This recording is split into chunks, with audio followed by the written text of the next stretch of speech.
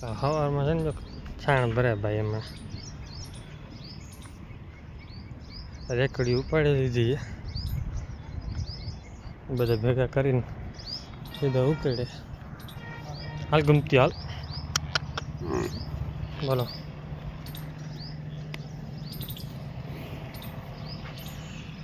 ભાઈ બેન તારા મોઢું કરતો ત્રા હું દાંત કાઢતો ચક્કર મારવા આવી ગઈ છે અને આપણે ઘરે રાખી હતી કેમ કે આવતી નથી પાછી ભાગી ગઈ. હવે ચાંદરી બેન છે ને એની પાડી ભેગી આવી ગઈ તો એ બધી ભેગી ભાગી નીકળી. આમાં ટબુડી છે એને એની મા વગર નું હાલે, માને દીકરી વગર ના હાલે. અને મેં ઘરે વાર નાખી પાછી ભાગીને આવતી રહી. મેં કીધું હવે હાલો. હું અહીંયા રોડ પાસે પહોંચી ત્યારે ખબર પડી. મેં કીધું ભેહું પાછી આવે હતી બે ચાંદરી આવી હતી, ચાંદરીની પાછળ આ આવતી હતી.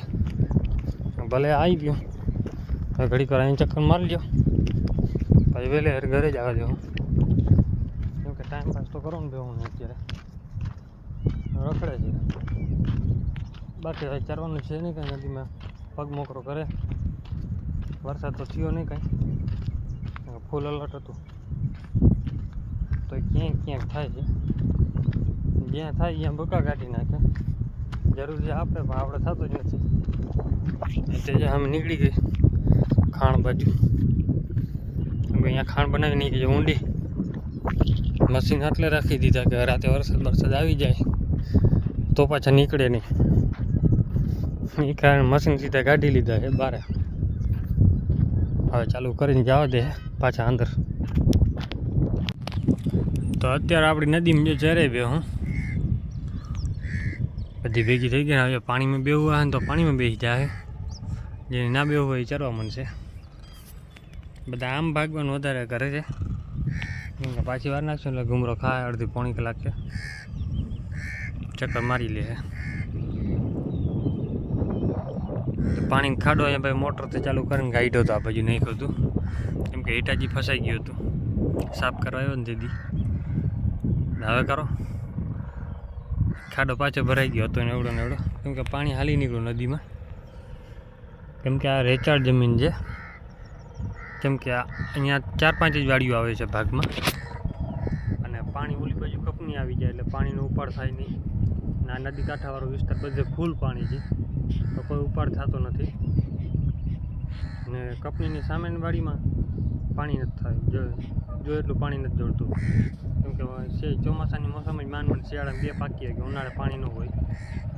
અને આ બાજુ તને મોસમ જેવી ફૂલ લેવીને લઈ ગયો તો પાણી ન ખૂટે કેમ કે ઉલારો નથી મારતી.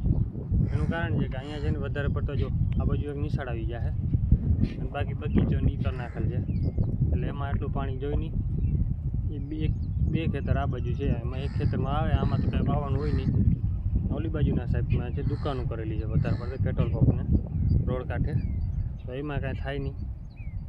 2-3 ખેતર છે એમાં પાણી વારે પણ કેટલું વારે પછી 5-10 વીઘાના કટકા છે 4-5 કટકામાં જ પાણી વરે. બાકી તો અમને જંગલ આવી જાય એટલે પાણી કાંઈ જરૂર હોય નહીં જંગલમાં. તો એટલે ભેહું પછી આપણે અહીંયા રખડે એ બાજુ જતા નથી કેમ કે સામેવાળો ભેહુંવાળો ગામવાળો ભાઈ ચારે છે. આપણે જાય તો ના પાડી દઈએ ભાઈ સીધી કે જાતા નહીં ભાઈ અમારે આ બાજુ આવતા નહીં. કાંઈ વાંધો નહીં બીજો હું ના આવી ક્યાં અટકી ગયા છે અમારે. ભેહું ભાગનું આ ગમીએ ભેહું ખાઈ લે. તો આપણી ભેહું છે ને સામે આરામથી અત્યારે ચરે છે કેમ કે હવે એને હાંકવાનો ટાઈમ થઈ ગયો છે કેમ કે આપણે આવી ગઈ છે ઘરે જેસીબી તો એનું કામ ચાલુ છે. તો એ હાંકી લઈ ભેહું હવે ઘરે મોરમ નાખવાની હતી આપણે રોજડી ચાંદરીની એમ 2-3 ઓલી બાજુ બેઠી છે. હવે એને ઊભા કરવા જો છે કેમ કે ચાંદરી તો લગભગ હમણાં દોડીને આવતી રહે. રોજડી ભેગી જો એની પાડી હે ને તો ક્યાંક નીકળવાનો પ્લાન કરશે વળી. લગભગ તો હાલી આવશે કેમ કે ચાંદરીની પાડી આપણી ટ્રેનની ભેગી ભરી જાય એટલે એની માં ભેગું રખડવું ગમે ઓછું બેહવાનું એ બધી ભેહું ભેગી રખડતી હોય કેમ કે એને પેશલ આપણે ટંકોરી બાંધી દીધી છે. પણ ખાણ એટલું ખાય પણ અહીં શરીર પકડતું જ નથી. એનું કારણ છે કે હવે તમને આગળ વિડીયોમાં કહેતો જઈશ. ભેંસ વીએ ને આપણી તો પહેલી વખત ધાવરાવાનું હોય ને અડધી પોણી કલાકમાં પાડું ઊભું થાય ને એટલે ફૂલ ધવરાવી દેવાય. ખીરું એને કાંઈ બહુ ન લાગે તો ફૂલ ધવરાવી દો ને અને પેટમાં જે છે ને ચેપું વરી ગયું હોય ને એ બધું ખુલી જાય. આપણે કેમ ફુગામાં હવા ભરી એવી રીતે પેટમાં દૂધ હરખું ભરાઈ જાય ને એટલે એને આતડા બધું ખુલી જાય એનું કાયદેસર. એના હિસાબે છે ને આપણે પાડેડું લોટકું ન થઈ શકે. કેમ કે જ્યાં સુધી ફૂલ દૂધ ના પી લીધું હોય ને ભલે ને થોડાક ધવરાવવું પડે. 15 દિવસ તો અમે કંઈ દૂધ ભરવાનું હોય. કેમ કે બધાએ લગભગ અમારા ચારણમાં તો બધાએ 15 દિવસની તો જાની હોય જ. જાની એટલે દૂધ વેચવાનું નહીં 15 દિવસ. ખામટી પીવું હોય તો પછી અમુક વેચતા હોય અમુક ન દેતા હોય. તો દૂધ છાશ કાંઈ પણ એ ભેંસનું આપણે વેચવાનું હોય નહીં. પાડી હોય પહેલ વેતરી હોય પાડી દીધી હોય તો 15 દિવસ હોય અને પાડો દીધો હોય તો 13 દિવસની. પણ બીજા વેતરમાં પાડી આવી હોય તો 13 દિવસ હોય ને પાડો હોય તો 13 દિવસ. તે પછી માં કુળદેવ અને નિવેદ થાય ને તે પછી આપણે દૂધ ભરીએ છીએ. તો ત્યાં સુધી એને પાડેડા ઉપરું ધવડાવવાનું. 15 દી સુધી એને ફૂલ ધવડાવવાનું તો ફાયદો એ રહે કે 15 દીમાં એને લોહી હરખું પકડી જાય.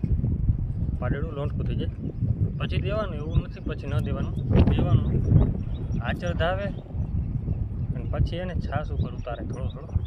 કેમ કે છાશ પીતો થઈ જાય ને તો છાશથી એને શરીર મજબૂત બહુ થાય.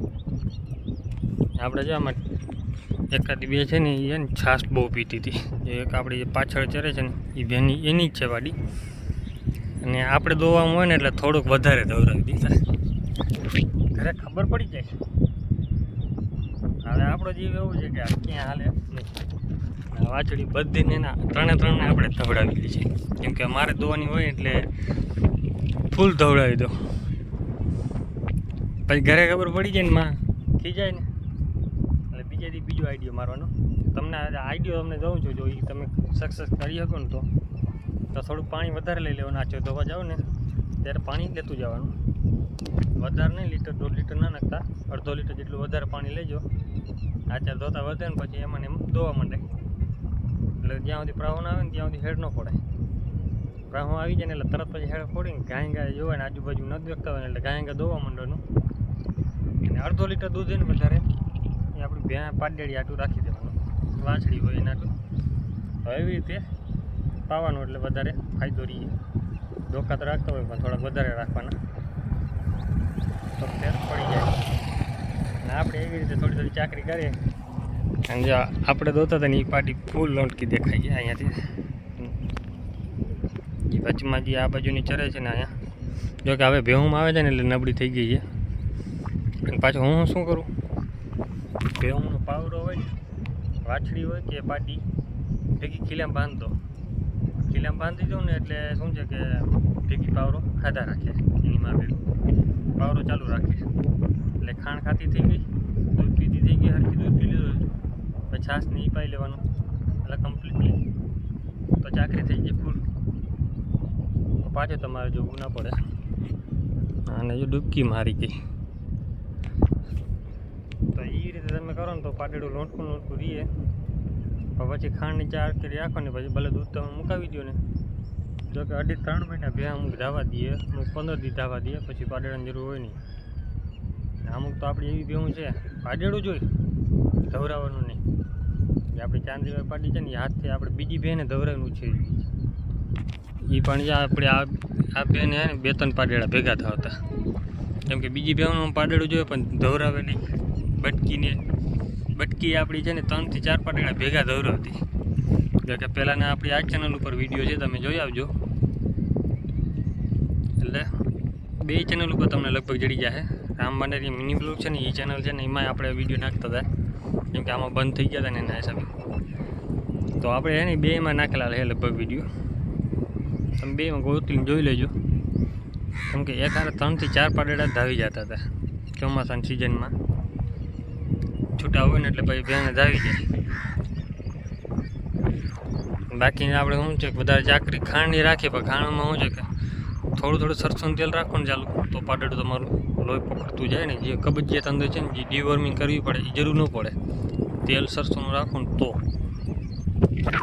બાકી અત્યારે એમ ભેહુંને હાંચી બાજુવાળાને આપણે ફેરા નાખવાના હતા, પણ આજે બીજા ભાઈ મારા મહેમાન આવી ગયા, એના હિસાબ આપણે કેન્સલ કરી નાખ્યું. બીજા બાજુવાળા ભાઈને 10-15 ફેરા નાખવાના બાકી હતા, અને બીજા ભાઈને 10-15 હતા, 2 ટેક્ટર આવતી હતી. તો કે હવે સવારે કે નાખી દે ભાઈ, સવારે અમે નવરો છું. તો મેં કાંઈ વાંધો નહીં, મારે મેં છે ડૂચો બધો ભેગો કરીને ઉકેડાને ધક્કો મારવો છે, મજૂરી પડી ન જાય, કેમ કે મજૂરી ડૂચો હમતો થઈ જાય અને ભેગું કરવા માણસ છે, ધૂળ ને બધું મિક્સમાં હોય એટલે પછી ભેગું ન થાય, એટલે ડૂચો અલગ અલગ થઈ જાય. હાલો હવે ધીરે ધીરે બધા ચડતા ચડતા હવે હાંકી નાખી, અને ટંકોરી વાળી કઈ એની આપણી આગળ છે પાડી, કેમ કે હવે જો ચાંદરી નીકળીને આવે રોજડી,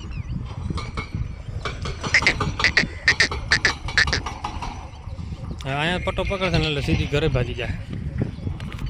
વિડીયો કેવો લાગ્યો છે કોમેન્ટ કરી નાખજો. જય માતાજી, જય શ્રી રામ બધાને.